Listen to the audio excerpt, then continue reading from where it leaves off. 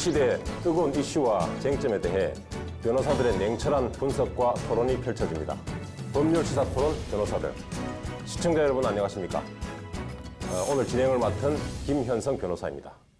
오늘도 저와 함께 이슈에 대해서 분석하고 또 토론을 함께 해주실 두 분 변호사를 모셨습니다. 인사 먼저 나누겠습니다. 안녕하십니까? 안녕하세요. 안녕하세요. 김재식 변호사입니다.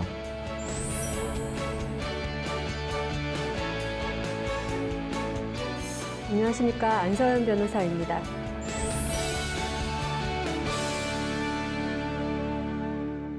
자, 그럼 본격적인 토론에 앞서 최근 논란이 되고 있는 이슈 하나를 짚어보고 가겠습니다. 최근 국회에서 최저임금법 개정안이 통과되었습니다. 그런데 이번 개정안에서 상여금과 교통비, 식비 등 복리후생비를 포함시켰다는 것이 이제 이 내용입니다. 그래서 노동계는 즉각 반발하고 있습니다. 자, 먼저 두 분께 한번 여쭤보겠습니다. 최저임금법 개정안에 대한 이제 소식을 들었을 텐데 두 분 법조인으로서 대체적으로 어떻게 평가하시는지 먼저 한번 여쭤보겠습니다. 자, 먼저 우리 김재식 변호사님. 네, 이번 개정안의 내용을 좀 말씀드리면 매달 최저임금을 기준으로 해서 정기 상여금의 경우에 25%를 초과하는 부분하고 현금으로 지급되는 교통비라든지 숙박비라든지 이와 같은 복리후생비의 7%를 초과하는 부분을 최저임금에 산입해서 최저임금에 산입되는 범위를 좀 넓힌 그런 법률입니다. 올해 기준으로 하면 매달 최저임금이 약 157만 원 정도 되는데 이 기준에 따르면은 약 50만 원 정도가 최저임금에 산입이 된다 이렇게 볼 수 있고요. 저는 개인적으로 이 최저임금 개정안이 그 대기업에 지금 4천만 원을 넘게 받고 있는 분들도 최저임금에 미달돼 가지고 처벌되는 경우가 있을 수 있고요. 사업주가. 또 중소 영세 사업주 같은 경우는 최저임금 지급이 어려워서 폐업하는 경우가 있기 때문에 그런 점들을 잘 조화한 다소 미흡하지만은 현재로서는 최선의 방안이다. 저는 그렇게 판단하고 싶습니다. 사실 이 임금과 관련해서는 통상임금 소송이라든지 이런 소송들에서 이렇게 임금이 어느 정도가 포함되고 포함되지 않는 것인지에 대해서는 굉장히 많은 논의가 있고 판례가 쌓여져 있습니다. 하지만 이 최저임금과 관련해서는 조금 달라야 하지 않을까 하는 게 제 생각인데요. 어쨌든 그 최저임금법의 취지, 그 근로자를 보호한다는 이 취지상 지금 특히 이 상황에서 최저임금을 한껏 올려놔서 근로자들이 기대에 부풀어 있는데 이 상황에서 최저임금의 그 옳은 취지를 다 낮추어버리는 이런 식의 산입을 한다는 최저임금법 개정안이 나오는 것은 좀 시기상 적절치 않다. 사실 올해 최저임금이 7,530원입니다. 그래서 지난해 최저임금과 비교했을 때 약 16.4%가 상승했습니다. 그래서 인상률로만 본다면은 최근 10년간 평균이 6.2%였습니다. 그렇다면 올해는 훨씬 2배 이상 이렇게 상승률이 높은 그런 수준인데 올해 최저임금이 사실은 오르면서 사용자 측이나 또 기업이나 특히 중소기업이죠. 중소기업과 개인 사업자들은 반발이 적지 않았습니다. 그런데 이번에 최저임금법 개정이 통과되면서 노동계가 반발하고 있습니다. 자, 노동계는 왜 반발하고 있는 것인가요? 가장 큰 문제가 이번 개정안을 처리하면서 국회에서는 연소득 2,500만 원, 그러니까 우리 전체 근로자들의 한 중위 소득 정도 되는 소득입니다. 이 이하의 노동자들을 보호할 수 있다 이렇게 주장을 해왔었는데 실제로 고용노동부가 뒤늦게 내놓은 자료에 따르면은 이 연소득 2,500만 원 이하 노동자 가운데 2.6%가 이 산입 범위에 따라서 기대이익이 감소하는 것으로 나타났다. 이게 큰 문제라는 주장 하나 하고요. 또 하나는 이렇게 매달 지급하는 것으로 상여금을 변경하기 위해서는 사실 지금까지 정부는 그것이 불이익 변경에 해당한다고 보아서 근로자들의 동의를 받도록 그렇게 해야 한다는 입장이었는데 이번에 개정을 하면서 이렇게 2달, 3달 지급하는 것을 매달 지급하는 것으로 변경할 때 총액의 변동이 없다면은 그 과반수로 조직된 노조나 그 과반수 노동자의 의견만 들으면 되는 것으로 변경을 해서 어떻게 보면 취업규칙의 불이익 변경이라는 그 근로기준법의 큰 원칙을 훼손했다. 이 점을 또 지적을 하고 있는 것 같습니다. 그 중에서 먼저 기대이익이 감소했다는 부분과 그다음 취업규칙의 어떤 불이익 변경이 있을 때의 어떤 그 요건, 통과시키기 위한 요건이 이제 조금 더 노동자 입장에서는 안 좋아졌다라는 것이죠. 그런 의미로 지금 비판하고 있는 것이다. 그럼 먼저 안 변호사님, 기대이익이 감소했다라고 하는데 그 의미를 좀 더 이제 쉽게 좀 설명해 주시겠습니까? 실제 예를 들어줬습니다. 사실 기대이익이 감소했다는 거는 이번에 최저임금이 굉장히 오르면서 그 상당 부분 지금 굉장히 기대를 하고 있었다는 것이죠. 근데 그 증가율이 현저히 좀 낮아지게 되었다, 그렇게 보시면 될 것 같은데요.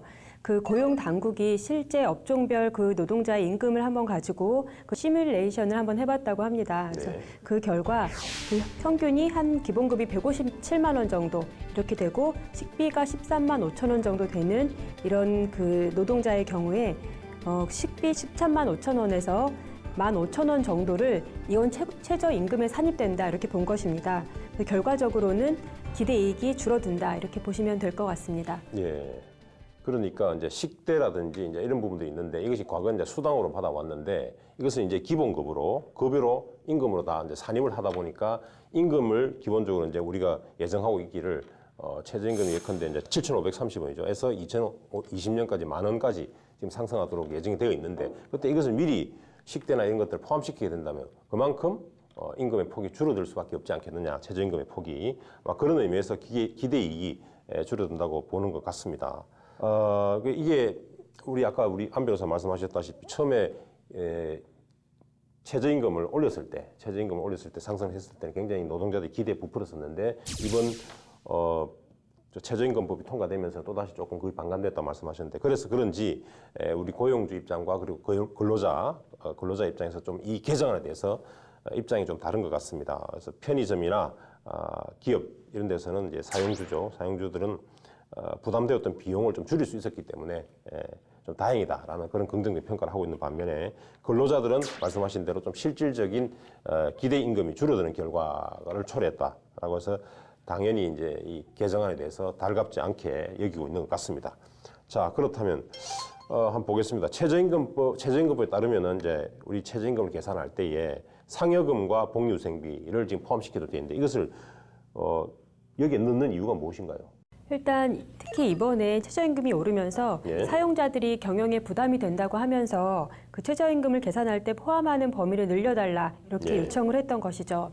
그래서 대기업은 그 정기 상여금을 많이 지급하고 있기 때문에 이 정기 상여금을 포함시켜달라는 요구가 많았었고, 그 중소기업을 중심으로는 복리후생비를 포함시켜달라는 그런 요구가 많이 있었습니다. 그러니까 좀 더 제가 설명을 드리자면 상여금을 다 포함하지 않은 게 아니고요. 그렇죠. 그러니까 정기 상여금, 그러니까 매달 지급되는 상여금을 최저임금에 산입해달라는 그런 취지입니다.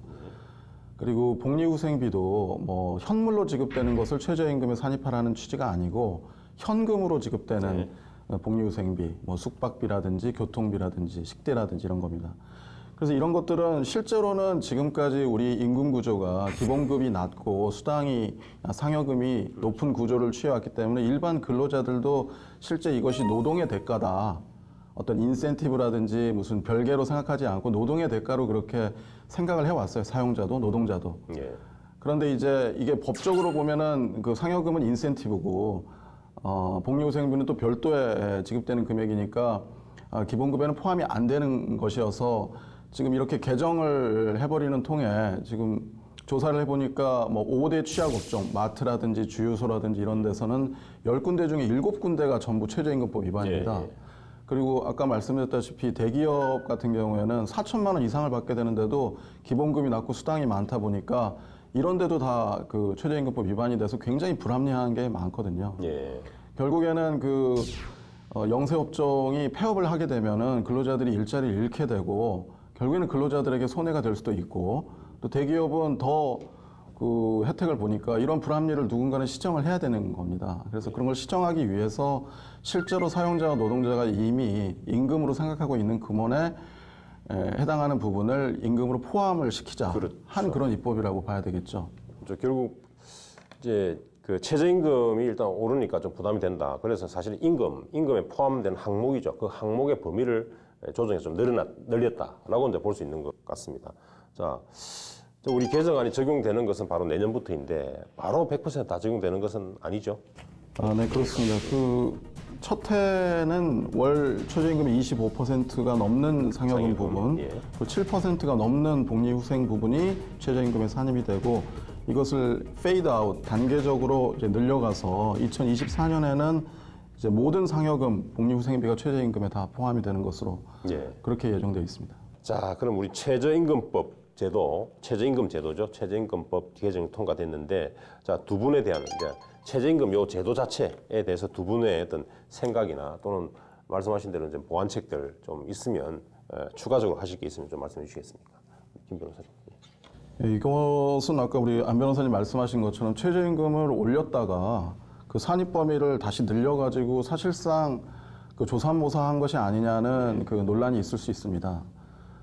그런데 이게 제가 생각하기에는 그 소득 주도 성장이라는 국정 과제에 너무 매몰이 되다 보니까 최저임금을 올려서 결국 그에 따른 부작용이 발생한 결과라고 보거든요. 그래서 근본적으로는 임금이라는 게 이렇게 법률로 강제해서 오를 수 있는 성격의 것이 아닙니다.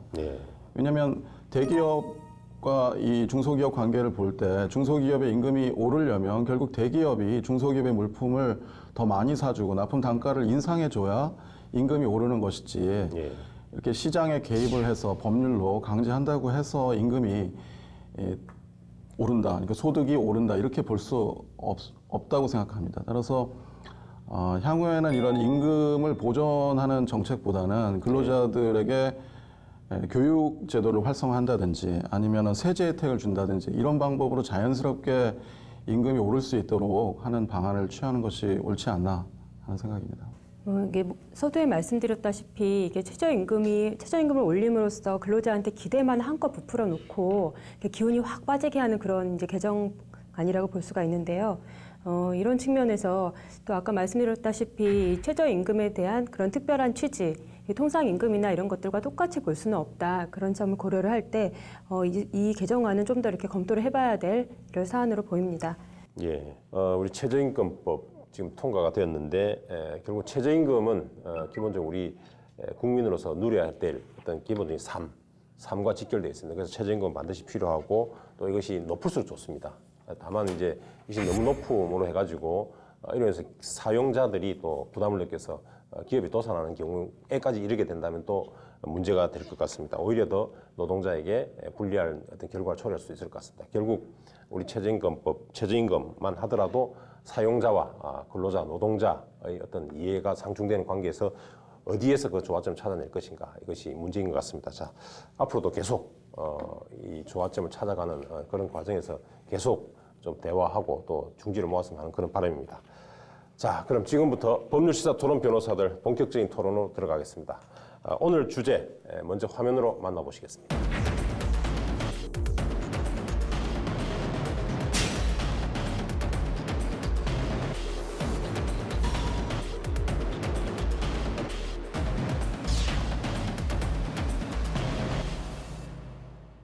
법률시사 토론 변호사들, 오늘 주제는 사법행정권 남용 파문입니다. 우리나라 헌법에서 통치구조를 입법, 행정, 사법 이렇게 3권으로 분립하고 있죠. 엄격히 분립하고 있고 이것을 3권 분립, 권력 분립 원칙이라고 합니다. 권력부의 원칙을 우리 헌법에서 천명하고 있죠.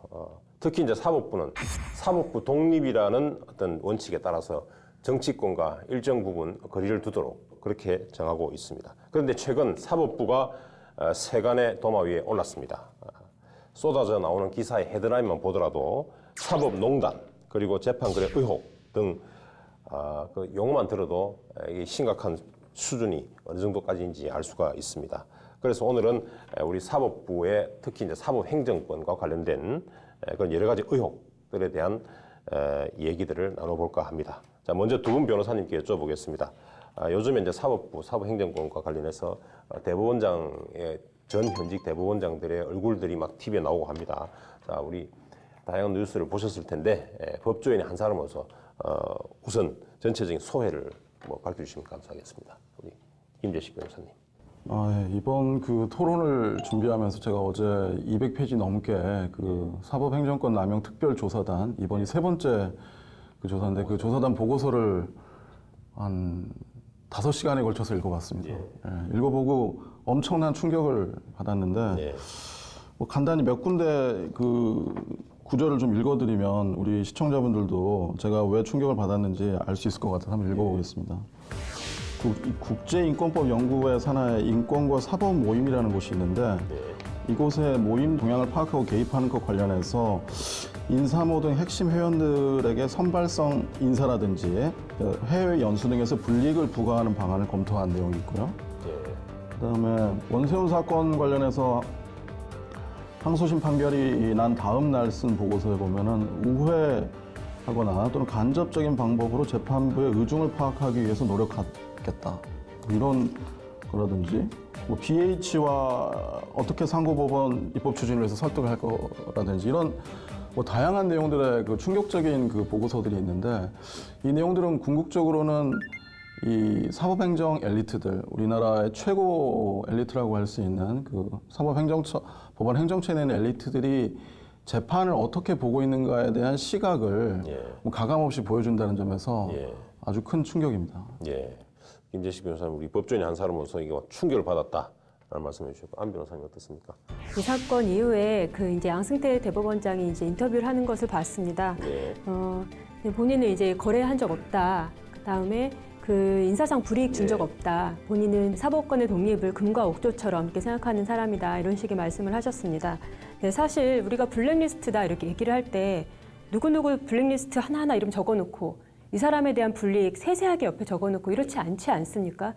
지금까지 나온 정황만 보더라도 이게 재판 거래는 아니어도 그와 유사한 게 뭔가 있을 거라는 그런 짐작은 국민들이 하고 있습니다.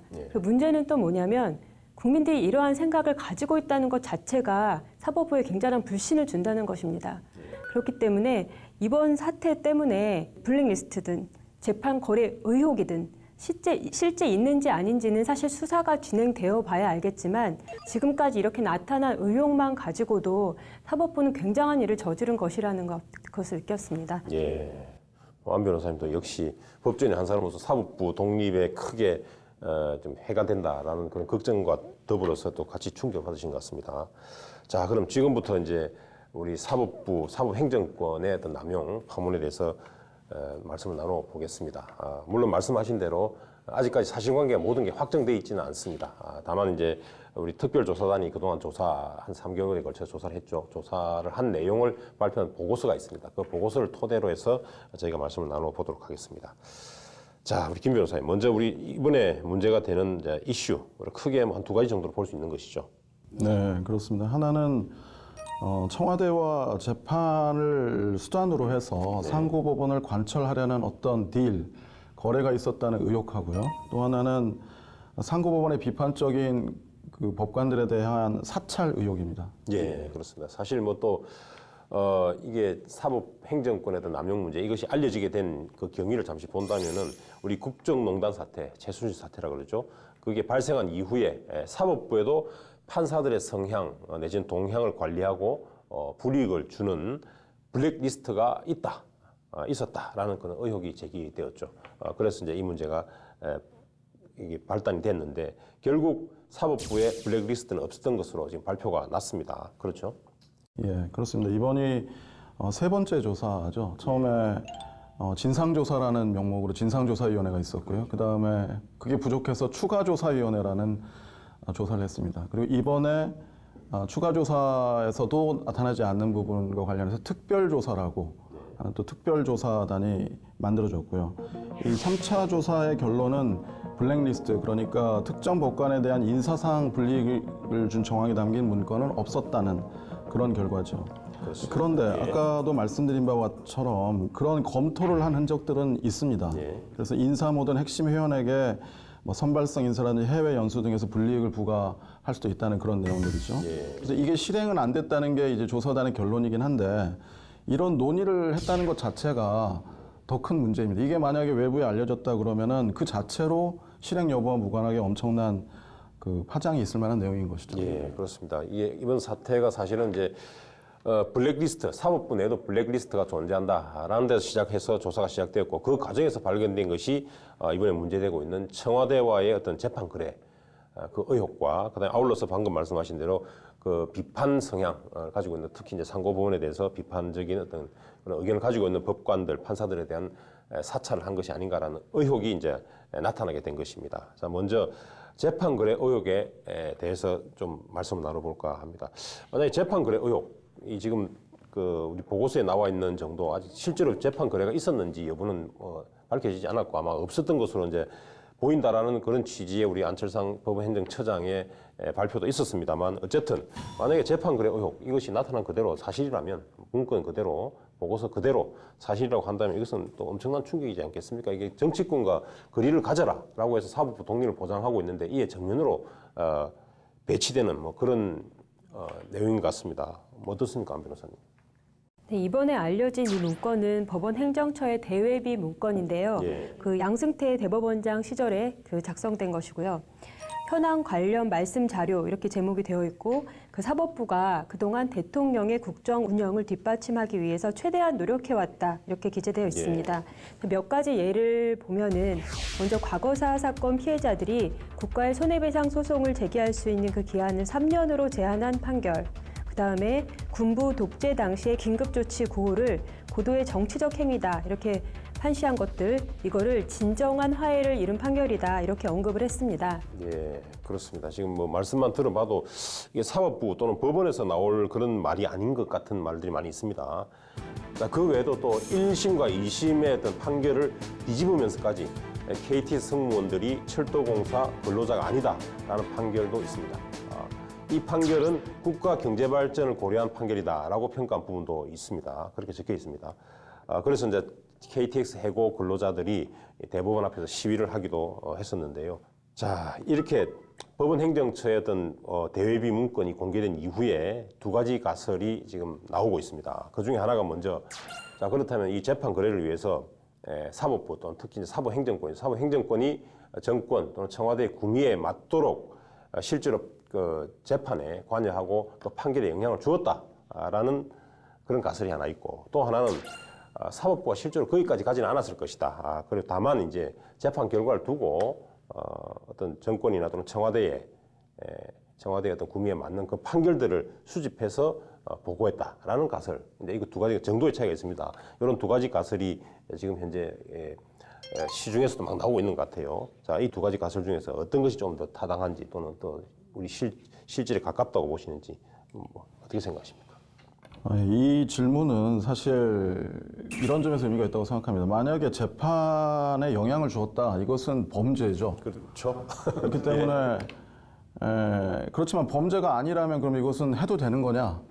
그것이 아니고 이것이 부적절하고 대단히 심각한 사태라는 것은 누구나 동의하는 내용입니다. 지금 현재 대법관으로 재직했던 분들 또 현재 판사들 중에 여기에 관여되는 분들이 탄핵의 대상이 될 수도 있기 때문에 굉장히 중요한 질문이라고 생각이 되는데 제가 보고서를 읽어본 바에 따르면은 실제로 판결에 개입하거나 영향을 주려 한 것이 아닌가 하는 의심이 들 만한 문건들이 꽤 있습니다. 예컨대 뭐 전교조 그 법의 노조 통보처분 효력 집행정지 관련 사건은 이 보고서가 또 대비로 돼 있는데요. 제 항고를 인용해서 고용노동부 손을 들어주는 경우가를 검토하면서 이것이 청와대하고 대법원의 양측의 윈윈이 된다. 그리고 표까지 그려가지고 이게 재인용, 인용이 양측에 모두 이득이 되고 또 그 선고 시기는 통진당 관련 위헌정당 해산 심판 사건 선고 이전에 하는 것이 좋겠다. 이런 내용들이 있단 말이에요. 또 뭐 이걸 넘어서 가지고 더 기가 막힌 거는 우리 통진당 그 사건에서 헌법재판소에서 위헌정당으로 이제 국회의원들이 모두 퇴직을 하게 됐지 않습니까? 그때 비례대표 지방의원의 경우에는 그 선거관리위원회가 퇴직을 선고를 했고 지방의원에 대해서는 아무런 소송이 제기되고 있지 않은 상황인데 느닷없이 그 내용을 검토해가지고 지방의회 그 의원들을 그 의원직을 상실시킬 수 있는 방안이 뭐냐? 그 방안으로 지방자치단체장에게 소송을 제기하도록 하자. 그러면서 그거는 전라남도 쪽보다는 또 울산도 안 되고 경상남도 쪽 그 지방자치단체장이 소송을 제기하고 그 청구 취지는 이러저러하며 뭐 내용은 이렇게 만들면 좋겠다. 이런 것까지 검토를 한 내용이 있단 말이에요. 이런 내용을 보면은 이게 과연 이 당시 법원행정처에 계신 분들이 이 재판을 어떻게 생각하고 있는 것인가. 재판이라는 것은 사법행정의 목표를 달성하기 위해서는 하나의 수단이고 무엇이든 이렇게 거래할 수 있는 것이다.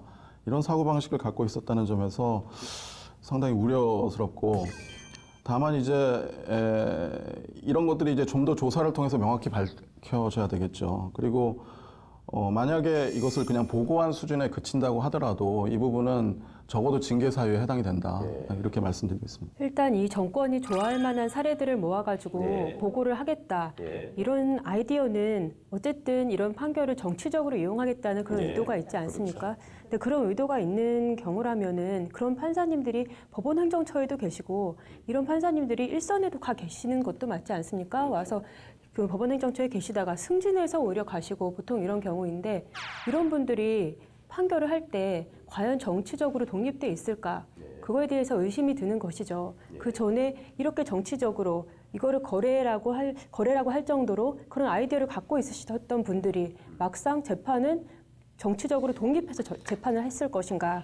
이게 정치적으로 누가 영향을 줘서 그럴 수도 있고, 아니면 그런 분위기가 사법부에 있을 수도 있다는 생각이 듭니다. 그렇기 때문에 그 판결에 영향을 어쨌든 줬을 수도 있다. 그렇게 생각이 듭니다. 두 분은 그런 것 같습니다. 굉장히 충격을 많이 받으셔가지고 그런지 두 가지 가설 중에서 두 번째 가설이죠. 그래서 일반적으로 이제 재판에 개입을 한 건 아니고, 다만 이제 재판 결과 판결 중에서 이제 청와대의 어떤 그 구미에 맞는 판결을 모아서 보고했다. 이 정도 수준은 뭐 그냥 당연히 있는 것 같고, 그 더불어서 재판의 개입 또는 판결에 영향을 줄 정도까지 이르는 것이 아니냐라는 그런 의심들을 두 분 다 하고 있는 것 같습니다. 특히 이제 이번 그 문건에 공개된 어떤 내용들을 보면요.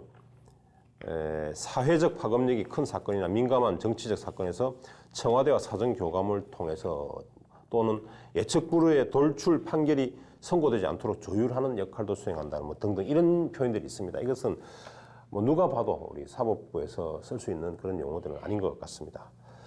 자, 특별조사단의 발표에 따르면은 그동안 법원행정처 관련자 컴퓨터 등을 조사해서 재판 거래 의혹이 있는 문건 410건을 추렸습니다. 그 중에서 공개된 것은 단 3건입니다. 그리고 또 조사 보고서에도 174건 중 일부만 발췌해서 인용했을 뿐이다라고 적혀 있기도 합니다.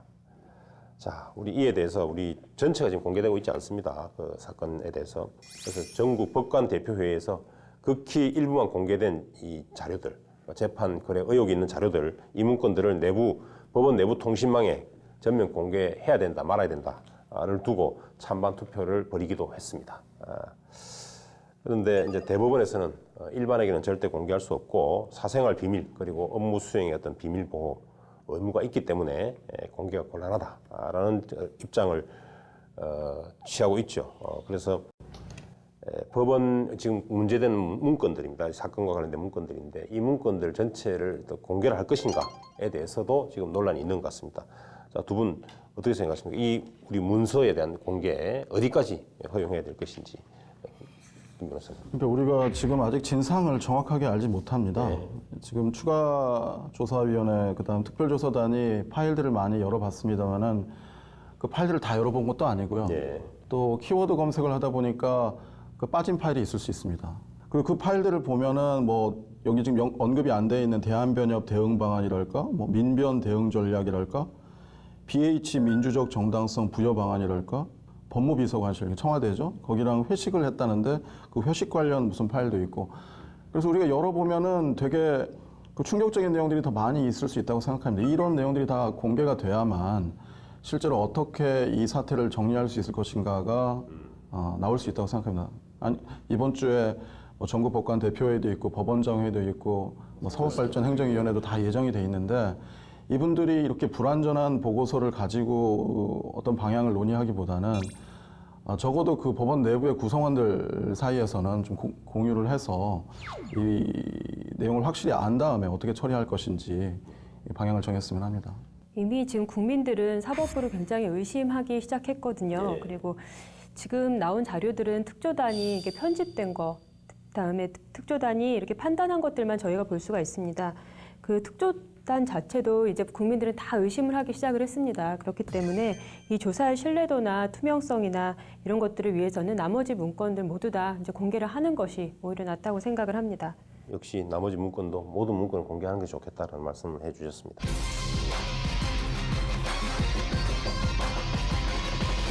예, 법률시사 토론 변호사들. 오늘 주제는 사법행정권 남용 파문입니다. 지금까지 재판 거래 의혹에 대해서 말씀을 나눠보았는데요. 자, 이어서 법원 내 비판 성향을 가진 법관에 대한 사찰 의혹에 대해서 말씀을 나눠보도록 하겠습니다. 자, 실제로 며칠 전이죠. 김명수 현 대법원장께서 사찰받았던 법관들에게 이메일을 통해서 깊은 위로와 유감을 표시했습니다. 그리고 보도에 따르면은 그 대상이 되는 판사들의 어떤 성격, 가정사는 물론 또 다른 판사들과 주고받은 이메일까지 모두 수집한 것으로 그렇게 조사가 되었습니다. 자, 이러한 점에 대해서는 우리 법적으로 어떤 처벌이 가능할 수 있을지 우리 뭐 간단하게 김 변호사님 의견 있으면 말씀해 주시겠습니까? 네, 이 차성한 판사죠. 뭐 요즘에 언론에 계속 인터뷰를 하고 있어서 이분은 성격하고 가정사, 이메일, 재산 상황을 사찰을 당했고 재산 상황 같은 경우에는 그래프를 그려가면서까지 그 변동 추이를 또 기재한 내용도 있다고 합니다. 그래서 이런 것들은 개인정보보호법이라든지 또 공직자윤리법에 위반되는 그런 행위라고 생각이 됩니다. 형법상 직권남용죄도 이제 성립할 수도 있다고 보는데요. 사실 누구를 사찰해라 이것이 이제 적법한 지시는 아니지 않습니까? 그래서 이런 위법한 지시에 복종할 의무가 없음에도 불구하고 이렇게 사찰하도록 시킨 것에 대해서는 이런 의무 없는 일을 하도록 한 것에 대해서 직권남용죄가 성립할 수 있다고 생각합니다. 자, 그리고 사찰 대상이 되었던 한 판사죠. 방금 말씀해 주셨는데 우리 대법원장이 이를 제대로 조사하지 않으면은 직접 검찰 고발도 하겠다라는 의지를 표시하기로 했습니다. 자, 전직 대법원장에 대한 수사가 결코 쉽지는 않을 것입니다. 그래서 그런지 특검 얘기도 벌써 나오고 있죠. 그래서 한편에서는 또 특검이냐라는 뭐 의견도 있습니다. 자, 어떻게 생각하십니까? 이 지금 또 특검을 해야 될 사안인지 아니면 지금 내부적으로 조사하는 것은 마무리해야 될 문제인지 김 변호사님 어떻습니까? 그래서 일단 검찰 수사가 있으려면은 누군가가 고발을 해야 될 텐데 지금 한 고발장이 10개 정도 들어와 있다고 합니다. 근데 대법원에서는 지금 고발을 할 것이냐 말 것이냐가 논의를 하고 있는 중인데 이게 참 어려운 문제입니다. 대법원장이나 뭐 법원행정처장이 고발을 한다면 사실상 무슨 문제가 있어서 고발을 한 거니까 또 기소를 해서 거의 유죄 판결에 예단을 주는 거 아니냐 뭐 이런 논란도 있을 수 있고요. 또 수사를 하는 입장에서 보면 검찰은 대법원에서 고발을 하지 않으면 제대로 수사를 할 수가 없다. 왜냐하면 영장을 받아서 법원행정처의 컴퓨터들을 압수수색해야 되는데 그 영장은 법원에서 발부해 주는 겁니다. 그런데 대법원에서 고발을 하지 않는 이상 영장이 나올 수 있겠느냐? 뭐 또 부실 수사라고 검찰만 또 얻어맞는 거 아니냐 이런 논란이 있을 수 있거든요. 그래서 일단은 수사에 앞서서 고발 문제가 정리가 돼야 되고요. 고발이 된다면 저는 검찰 수사보다는 특검으로 가는 것이 맞다. 특검은 범죄 유무를 밝히는 것에서 나아가서 또 진상 조사를 하는 그런 측면도 있기 때문에 여기서 규명되지 않는 그 부적절한 사법행정권의 남용 이런 부분을 충분히 조사할 수 있습니다. 그래서 특검을 가야 된다는 생각입니다. 우리 특검으로 가야 된다는 생각이시고 아울러서 결국 영장 발부라든지 결국 판결은 법원사기 때문에 이게 대법원의 의지가 굉장히 중요하다는 말씀해 주신 것 같습니다. 자, 안 변호사님 어떻습니까? 특검으로 가야 됩니까? 사실 이 사건에서 지금 가장 핵심인 양승태 대법원장은 이 특조단 조사 때 조사 한 번도 받지도 않았거든요. 그러니까 어쨌든 지금 강제 수사권이 없는 상황에서 특조단은 한계가 있고 앞으로 이런 조사들은 한계가 있기 때문에 수사가 있어야 된다고 생각을 합니다. 그리고 이 뭐 법원이나 검찰과의 관계 또 사안이 워낙 중대하지 않습니까? 사실 문학의 블랙리스트랑은 차원이 다를 정도로 중대한 사안입니다. 이 정도 사안이고 이렇게 정치적인 사건인 경우에 저는 특검을 통해서 해결하는 것이 저도 맞다고 생각합니다. 두 분 말씀 다 공의 특검으로 가야 된다. 그리고 현재 검찰 조사는 불가능할 것이다라는 그런 취지시고 이것이 아마 일반 국민들은 이제 사법부를 믿지 못하게 되는 것입니다. 이를테면 판결을 하는 이 판사들이 다른 생각을 가지고 있다라고 생각한다면 내 사건도 분명히 제대로 판단하지 않고 다른 생각을 판단했을 가능성이 있다라고 생각하기 시작하면 걷잡을 수 없을 것 같습니다. 그래서 이번 사건의 경우 특별히 더 진상조사가 철저히 이루어져야 될 것이다라고 생각을 합니다. 자, 그렇다면 지금까지 우리가 이제 재판 거래 의혹 그리고 이제 또 비판적인 판사들에 대한 어떤 사찰 의혹이 있었다라는 것을 지금 우리 문건을 통해서 확인했고 아울러서 자 그렇다면 자 이런 두 가지 문제점들 요 파문이 일고 있는데 이걸 마지막으로 어떻게 처리를 하는 것이 보다 더 현명한 방법이고 또 아울러서 우리 사법부 독립에도 또 기여하는 방법이 될 것인지 뭐 간단하게 우리 말씀해 주시면 좋겠습니다. 김 변호사님. 글쎄 이게 너무 충격적인 내용이고 뭐 사회 각 분야에서 다양한 의견들이 제기되고 있는데요. 우리가 사법부의 독립을 이루고 신뢰를 회복해야 되는 그런 큰 과제를 달성하기 위해서 무엇을 하는 것이 가장 현명한 행동인가라는 점에 대해서 숙고해봐야 된다고 생각합니다. 또 개인적으로도 사법부의 판사들이나 사법부가 이렇게 공격을 당하는 것에 대해서 대단히 안타깝고 마음이 아픕니다. 그렇지만은 이번에 이런 부분에 대한 어떤 그 시정 조치가 없이 이게 그냥 넘어가게 된다면 우리 사법부는 돌이킬 수 없는 그런 상태로 돌아갈 것이고 이 문제를 꼭 잘 해결했으면 좋겠습니다. 어쨌든 저도 이 사법부가 이렇게 정치권의 눈치를 보는구나 이런 것을 보고 저도 깜짝 놀랐는데요. 특조단은 이 사건에 대해서 범죄 혐의가 없다 이렇게 결론을 냈습니다. 네. 사실상 근데 모든 국민들은 범죄 혐의가 있다고 볼 것 같습니다. 그래서 이렇기 때문에 어쨌든 수사가 진행되어야 된다 이렇게 생각을 합니다. 자, 이런 모든 어떤 사태 또는 이 파문이 일어나게 된 발단에는 그 배경에는 아마도 양성태 대법원장의 전 대법원장이죠. 전 대법원장의 상고법원을 무리하게 도입하려고 하는 그런 시도 때문이지 않겠는가라는 그런 분석이 많이 있습니다. 자, 그렇다면 상고법원 무엇이길래 과연 우리 양성태 전 대법원장이 그렇게 목을 메었을까요? 자, 상고법원 우리 김재식 변호사님 무엇입니까? 관련 물론 지금 우리가 하고 있는 제도는 아닙니다. 예, 네, 그렇습니다. 지금 상고법원은 간단히 그 대법원하고 고등법원 사이에 상고법원이라는 것을 두어가지고 가장 중요한 사건들만 대법원이 처리를 하고 대다수 상고되는 사건들, 일반 사건들은 그 상고법원으로 하여금 처리하게 하자는 그런 제도입니다.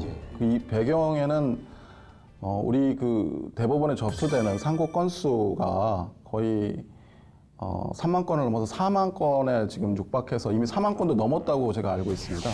그런데 대법원의 그 재판에 관여하시는 대법관님들은 법원 행정처장은 대법관이시지만 재판에 관여하지 않고 대법원장은 전원 합의체만 관여를 하기 때문에 사실상 14명 중에 2명을 뺀 12명이 관여를 하게 되는 거거든요. 그러면 3,000건 내지는 거의 4,000건에 육박하는 그 사건을 한 해 처리하게 된다는 겁니다. 요거를 해결하기 위해서 지금 상고법원이라는 것을 창안해 내신 거죠. 예, 그렇습니다. 말씀하신 대로 상고법원은 상고심 사건, 3심 사건입니다. 1심, 2심 끝나고 3심에 해당되는 사건 중에서 비교적 경미하고 좀 단순한 사건들을 모아서 좀 대법원을 대신해 처리하자.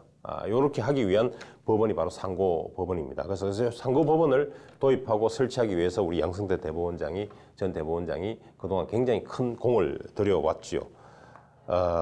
방금 우리 또 그 배경에는 또다시 상고법원이 왜 필요했냐면 법원의 그 사건 수가 너무 많이 늘었다라는 배경을 말씀해 주셨는데 자, 그 외에 다른 방법도 있을 수 있는데 사건이 많이 늘어나면 해결하는 방법이 여러 가지 있을 수 있거든요. 뭐 대법관을 정하는 방법도 있을 수 있는데 불구하고 왜 굳이 이제 상고법원까지 이렇게 도입하려고 무리하게 추진했을까요?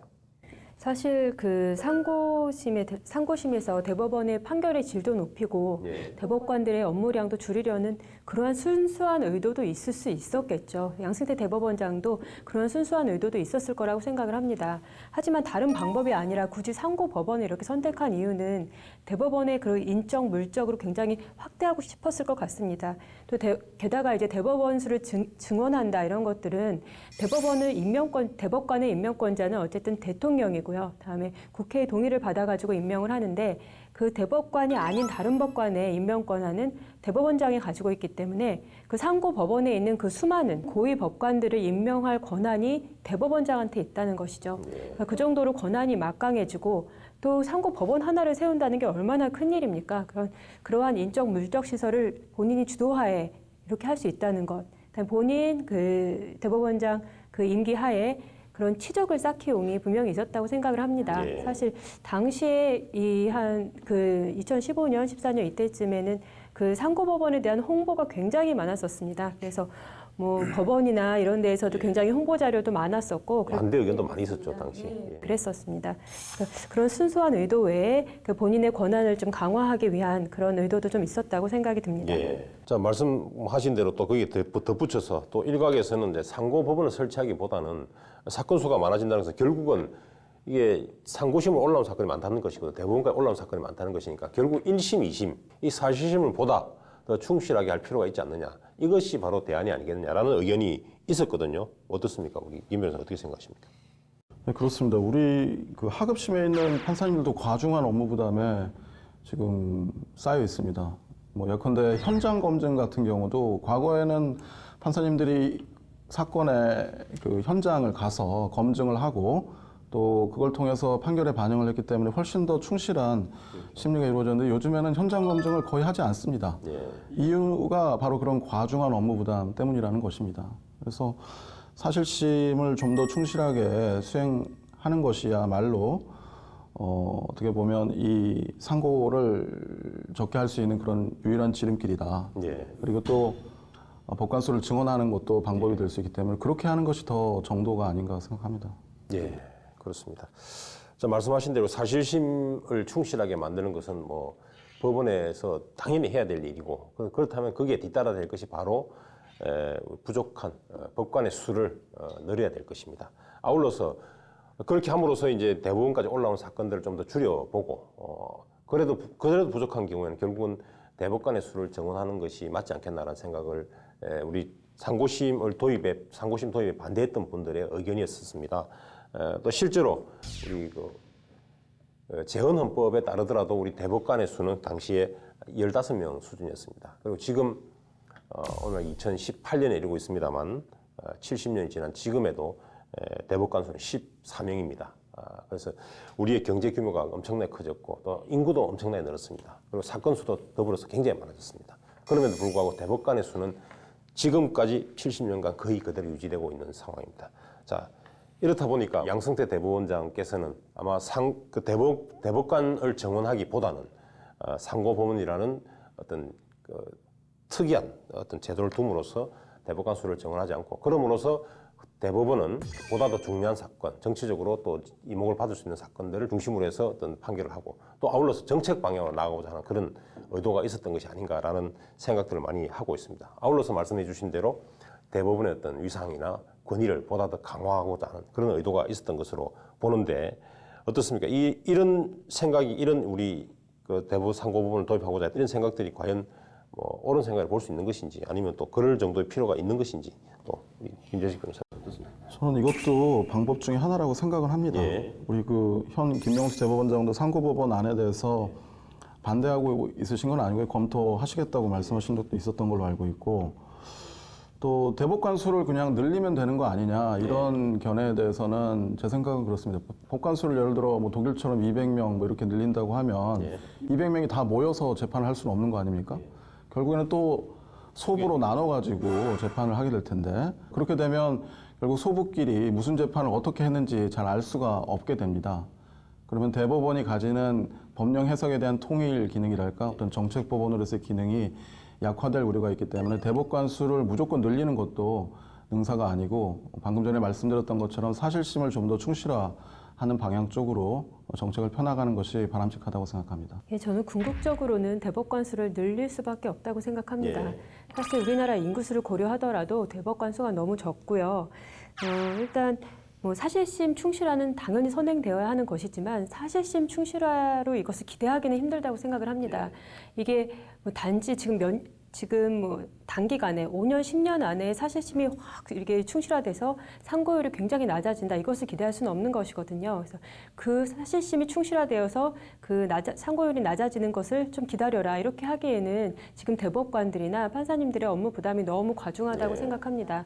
그리고 아까 말씀하신 그 서로의 불일치될 수 있는 것에 대해서는 사실 중요한 사건에 대해서는 전원합의체 같은 거를 골라가지고 하면 되고요. 그렇게 운용의 묘를 살리면 될 것으로 보이고 상고법원을 만들 정도의 인적 물적 시설을 예산을 가지고 올 수 있는 정도라면 그 대법관 수를 늘리는 것은 그보다도 훨씬 노력이 덜한 노력으로 이룰 수 있는 것이라고 생각을 합니다. 그래서 궁극적으로는 대법관 수를 늘리는 방향으로 가는 게 맞다고 생각합니다. 예. 우리나라에만 있는 것인지 모르겠습니다만 우리는 이제 3세판이라는 말이 있습니다. 그래서 우리가 이제 이 재판을 하더라도 재판까지 간 마당에 이기고 지고 하더라도 끝까지 가는 그런 성격이 좀 있는 것 같아요, 우리나라 사람들이. 그래서 그러다 보니까 재판도 3세판 해야 된다 이런 생각을 가지고 대법원까지 가시는 분들이 있습니다. 그러다 보니까 우리가 이제 대법원에 지향하고 있는 정책법원의 기능보다는 어떤 사건 심리 하는데 많은 어떤 비용과 노력이 이제 투자되고 있는 것이 또 사실입니다. 그러다 보니까 결국은 대법관 수를 정원하지 않을 수 없을 것 같습니다. 다만 아까 우리 김재식 변호사께서 말씀하신 대로 그것도 일정 정도 한계가 있을 수밖에 없을 것입니다. 그래서 결국 사실심을 얼마나 충실하게 할 것인가, 이 문제와 더불어서 대법관 정원도 같이 고민을 해야 될 것으로 생각이 됩니다.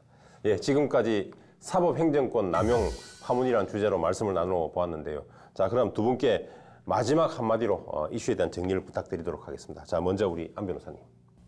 사실 우리 그 국정농단 사태 때도 더 거듭나지 않았습니까? 그런 것처럼 이 사법부의 이러한 사태들도 이번 일을 계기를 삼아서 더 독립적인 그런 사법부로 거듭나길 바랍니다. 예, 사법부 다시 태어나길 바란다라는 취지의 말씀해 주셨습니다. 예, 자, 김재식 변호사님. 저도 같은 내용입니다. 이번 사법부가 실제 철저한 조사를 통해서 진상을 규명해서 재판 거래에 대한 의혹은 없었다는 점, 그 점이라도 좀 명확하게 해주셨으면 합니다. 예, 진상 규명 명확히 해달라라는 취지로 말씀해 주셨습니다. 최근에 김명수 대법원장은 전국 판사들에게 보낸 메일에서 이렇게 쓰고 있습니다. 우리에게는 다시 제 뼈와 살을 도려내는 긴 고통의 시간이 예정되어 있다. 그러나 그 시간은 우리의 소중한 법원이 본래의 모습으로 돌아가는 희망의 예정이기도 하다라는 말을 하고 있습니다. 그렇습니다. 오늘날 우리 사법부 오늘 사태죠. 이런 사법행정권 남용 파문으로 인해서 우리 국민들에게도 긴 고통의 시간이 될지 모르겠습니다. 그러나 반드시 진정한 사법부의 독립을 위한 희망의 예정이 되어야 할 것으로 믿습니다. 자, 그럼 지금까지 함께해 주신 두 분 변호사님과 여기서 인사 나누도록 하겠습니다. 자, 고생 많으셨습니다. 네, 감사합니다. 감사합니다.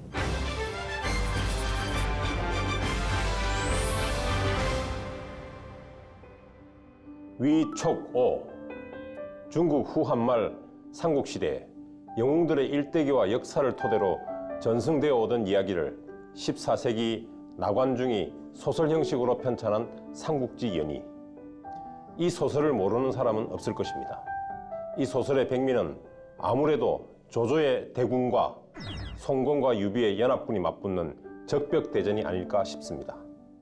100만 대 10만, 군세로만 따지면 10배가 더 컸던 조조군, 그리고 반대로 10분의 1의 군대밖에 없었던 유비와 송건의 연합군, 숫자로만 따지면 절대 이길 수 없을 것만 같던 유비와 송건의 연합군은 여러분들이 아시는 대로 대성을 거둡니다.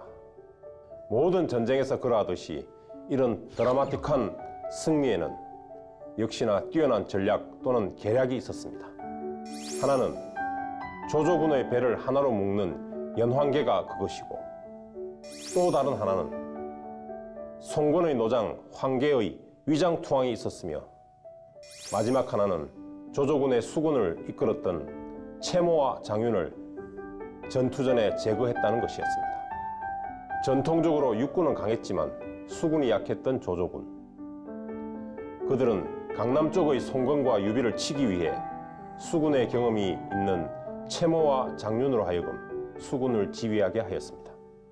이런 사실을 알고 있던 오나라 책략가이자 대장군인 주윤은 채모와 장윤이 오나라 송건 측과 내통하고 있다는 거짓 편지를 이용하여 조조군의 수상전 전문가였던 채모와 장윤을 제거하게 됩니다. 이렇게 수상전의 전문가가 없어진 조조군은 대군을 이끌고도 연합군에 힘없이 패배하였던 것입니다. 지금 말씀드린 삼국지 이야기는 오랜 역사 속 혹은 역사를 바탕으로 한 소설 속의 이야기이고 전쟁 중에 일어난 이야기이긴 하지만 왜 아직까지도 우리에게 공감을 얻는 것일까요? 지금 우리 사회에도 삼국지 당시와 마찬가지로 힘겨루기가 존재하고 있으며 그런 힘겨루기에서 승리하기 위해 수많은 거짓 정보나 위장 전략 그리고 설사 그것이 거짓이 아니라 한들 상대방을 폄훼하는 정보들이 무수히 생산되기 때문일 것입니다. 6월 13일 전국 지방선거를 앞두고 생산되는 수많은 뉴스와 정보들, 그 중에는 상대방을 이기기 위해 확인되지 않은 정보 혹은 사실이 아닌 거짓 정보, 가짜 뉴스도 넘쳐나고 있습니다. 그 속에는 조조가 자신의 장수 목을 치게 했던 그러한 정보들이 포함되어 있을지도 모릅니다. 사람은 자신의 관심사에만 관심을 갖는 경향이 있습니다. 아무리 많은 정보가 쏟아지더라도 자신이 보고 싶은 것만 보고 믿고 싶은 것만 믿게 마련이라는 것입니다. 가짜 뉴스는 이러한 인간 심리를 이용한 것입니다. 전문적인 팩트 체크까지 하지 않더라도 그 뉴스의 출처, 작성자, 작성일자, 맞춤법만 확인하더라도 가짜 뉴스를 상당 부분 걸러낼 수 있을 것입니다. 삼국시대의 전쟁이 그 나라의 흥망을 좌우하듯이 오늘날 선거는 우리 삶을 좌우합니다. 더 이상 가짜 뉴스, 가짜 정보에 우리 삶을 맡겨두어서는 안 될 것입니다. 법률 시사토론 변호사들, 오늘 준비한 시간은 여기까지입니다. 저희는 다음 주에도 우리 시대 대한민국의 가장 뜨거운 이슈와 함께 냉철한 이성의 소유자 변호사들과 함께 다시 돌아오겠습니다. 감사합니다.